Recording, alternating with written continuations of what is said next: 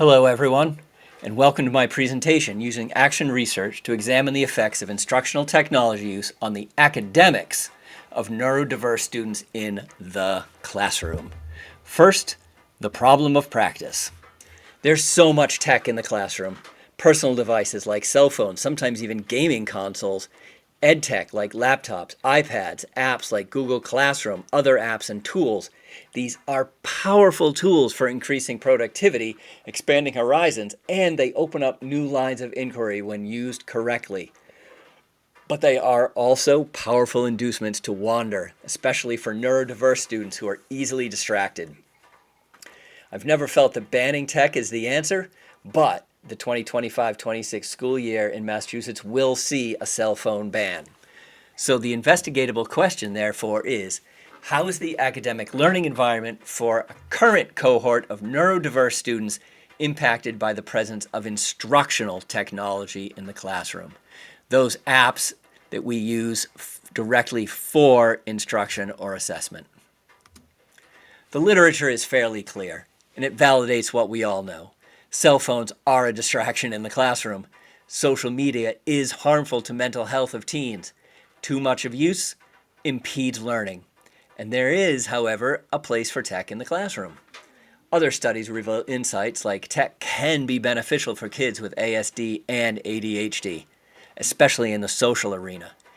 It, however, can exacerbate ADHD and ASD tendencies and symptoms. The upshot? It's complicated. The study site is a therapeutic school in suburban Boston. Students exhibit clinical levels of anxiety and depression. Also, they present with ADHD, OCD, or autism spectrum disorder. It's structured like a traditional high school and offers a state standard curriculum. There's a mandated 8-to-1 student-teacher ratio and approximately 90 students overall. Each student is issued a Chromebook for use in class, so it is a one-to-one tech environment. The subjects are taking history and economics. They're juniors and seniors, and they struggle with focus, rigid thinking, emotional dysregulation, academic stamina, and perseveration. Another consideration, because the school is also a mental health facility, all activities are covered by HIPAA as well as FERPA regulations. Data collection. First, the triangulation.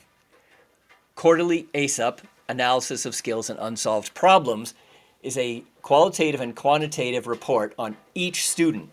It's analyzed by the teaching and clinical teams in a group discussion. It's used to both inform decision-making regarding goal setting for IEPs and to guide classroom and clinical interventions. It often contains information on tech use directly, and it helps correct for other factors that may be impacting a student's performance, like attendance and non-preferred subjects. Quantitative data collected will include report cards and current grades. The school maintains a technology archive of every website and when it was visited by students on their Chromebooks, and self-reported Likert scales to measure lapses in focus with specific apps. Qualitative data sources include the aforementioned ASAP archive, student surveys, student interviews, and teacher observation. Data analysis. There will be frequent checks during the data collection phase so as to answer the fundamental question of validity. The first task will be to review the archive data to set a baseline. This will allow us to compare point for student-provided answers.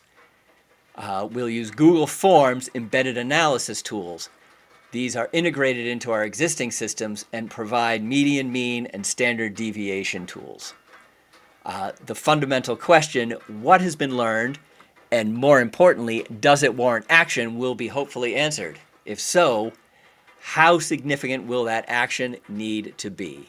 And again, because of FERPA and HIPAA, the school has strict data handling and storage protocols to ensure adherence to those laws. Finally, what do we expect to learn, and how can we reflect on that learning? The expected results are that neurodivergent students are distracted by technology in the classroom. It's more the degree of distraction that we're interested in and specifically in what circumstances it arises the most. We'll probably find that the degree of distraction is most likely related to the severity of their symptoms. Findings won't alter school-wide or even classroom strategies significantly. We have a fairly strict program, tech is baked in and unavoidable, and we're under continuing pressure from parents and students to use the latest technology and apps. It will, however, provide useful insight into individual students or small cohorts. Finally, I see action research, especially this study, is a gateway to overcome the if it ain't broke, don't fix it inertia that teachers can fall prey to. Thank you very much, and that is all.